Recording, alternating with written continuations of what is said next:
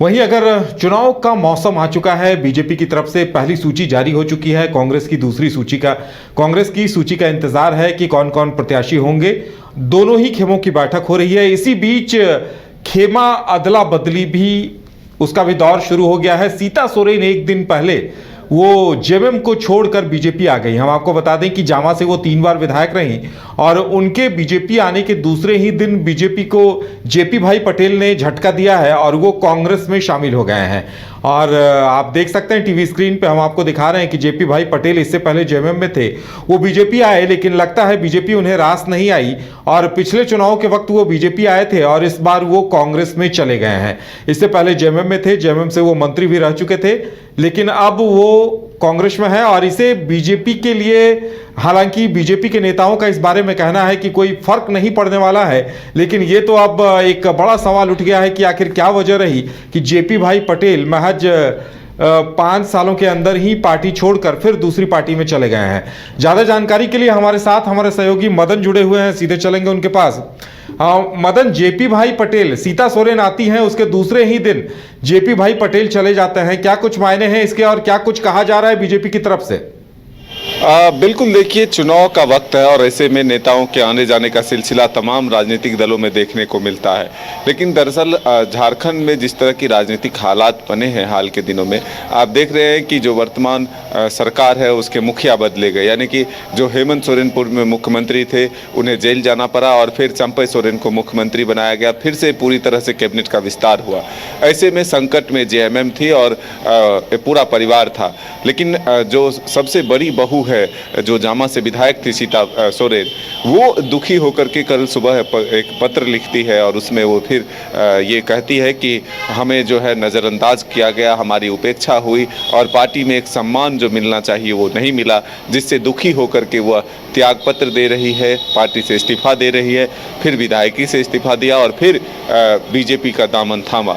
इसके बाद एक ही दिन का समय बीता था, दूसरे दिन ही जो बीजेपी के विधायक थे, पहले वो जेएमएम में रहे हुए थे जेपी भाई पटेल, जो आज कांग्रेस का दामन थामा। हालांकि उम्मीद ये की जा रही है कि अब उन्हें लोकसभा का उम्मीदवार हजारीबाग से बनाया जाएगा। दरअसल झारखंड में आदिवासी और कुर्मी वोट को देख करके यह निर्णय लिया गया है। हजारीबाग के क्षेत्र में जो है वो कुर्मी वोटर की संख्या काफ़ी है। ऐसे में जेपी भाई पटेल को कांग्रेस एक उम्मीद के साथ अपने दल में शामिल कराया है। हालांकि जेएमएम जो है वो साथ में है, अब मिलकर कितना असर कर पाता है या फिर असर होता है ये तो आने वाला वक्त बताएगा। लेकिन फिलहाल हजारीबाग से बीजेपी के तरफ से उम्मीदवार जो वर्तमान सदर विधायक हैं मनीष जायसवाल, उन्हें बनाया गया। तो अब देखना होगा कि मुकाबला कितना दिलचस्प होता है या फिर मनीष जायसवाल जो है वो जो हजारीबाग की जनता है उनका साथ उनको मिलता है, कितना वोट का प्रतिशत बढ़ता है ये आने वाला वक्त बताएगा। क्योंकि बीजेपी का गढ़ रहा है हजारीबाग। आप अगर पिछले चुनाव परिणामों को देखें तो कई बार यशवंत सिन्हा, जो जयंत सिन्हा के पिताजी हैं, वो वहाँ से सांसद बने, फिर जयंत सिन्हा सांसद बने। तो ऐसे में बीजेपी का गढ़ माने जाने वाला हजारीबाग क्या फिर एक बार जो है उस पर इंडिया गठबंधन अपना असर दे पाता है या फिर वहाँ कोई कमाल कर पाती है या नहीं, ये आने वाला वक्त बताएगा। लेकिन फिलहाल नेताओं के आने जाने का सिलसिला एक दूसरे दल में शुरू हो चुका है। क्या मदन, जेपी भाई पटेल हजारीबाग लोकसभा से भी उम्मीदवार हो सकते हैं क्या? बिल्कुल, पूरी संभावना ये बताई जा रही है। जैसा खबरें सामने आ रही है उसमें ये तय माना जा रहा है कि आनन फानन में जिस तरह से जेपी भाई पटेल ने कांग्रेस का दामन थामा है, ऐसे में ज़रूर उन्हें उम्मीदवार बनाने का आश्वासन मिला है और इसी आश्वासन के साथ वो बीजेपी का साथ छोड़ा और कांग्रेस का दामन थामा है। तो अब देखना होगा कि आने वाले वक्त में और कितने नेता हैं जो टिकट की आस में हैं और अगर उन्हें टिकट नहीं मिलती है तो वो फिर दूसरे दल में जाकर के उनकी सदस्यता लेते हैं। लेकिन अगर जेपी भाई पटेल का देखा जाए तो बीजेपी में ऐसी उन्हें क्या मुश्किलें आ गई? क्योंकि पिछली बार, इस बार हो सकता है उन्हें इस बात का डर सता रहा हो कि आजसू और बीजेपी में गठबंधन हो गया है तो वहाँ आजसू का दावा है, या फिर अब अगर वो कांग्रेस भी आ गए हैं और लोकसभा नहीं निकाल पाते हैं तो ऐसे में चूंकि जेएमएम, वो पहले जेएमएम में थे, अब जेएमएम उनके भाई को प्रत्याशी बना चुकी है और वो शामिल हो चुके हैं, तो ऐसे में फिर समझौते को लेकर पेंच फंसेगा। अगर कांग्रेस और जेएमएम गठबंधन में रहते हैं तो फिर जेपी भाई पटेल को विधानसभा में सीट नहीं मिल पाएगी।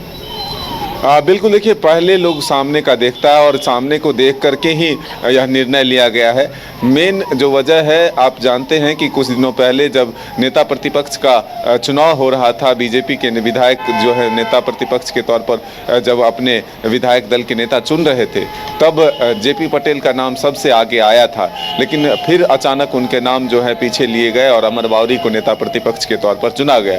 तो अब एक नाराजगी वहां से शुरू होती है, दूसरी उम्मीदें जो है वो लोकसभा चुनाव के टिकट पर टिकी रहती है। जरूर जेपी भाई पटेल को ये उम्मीद थी कि उन्हें लोकसभा का उम्मीदवार बनाया जाएगा, इसमें भी उन्हें निराशा हाथ लगी। इससे दुखी होकर के वो आखिरी में जो है उन्होंने कांग्रेस का दामन थामा और उम्मीद की जा रही है कि उन्हें लोकसभा का उम्मीदवार हजारीबाग से बनाया जा सकता है। चलिए मदन, फिलहाल तमाम जानकारी देने के लिए आपका बहुत बहुत धन्यवाद। लौटते हैं एक और बड़ी खबर पे।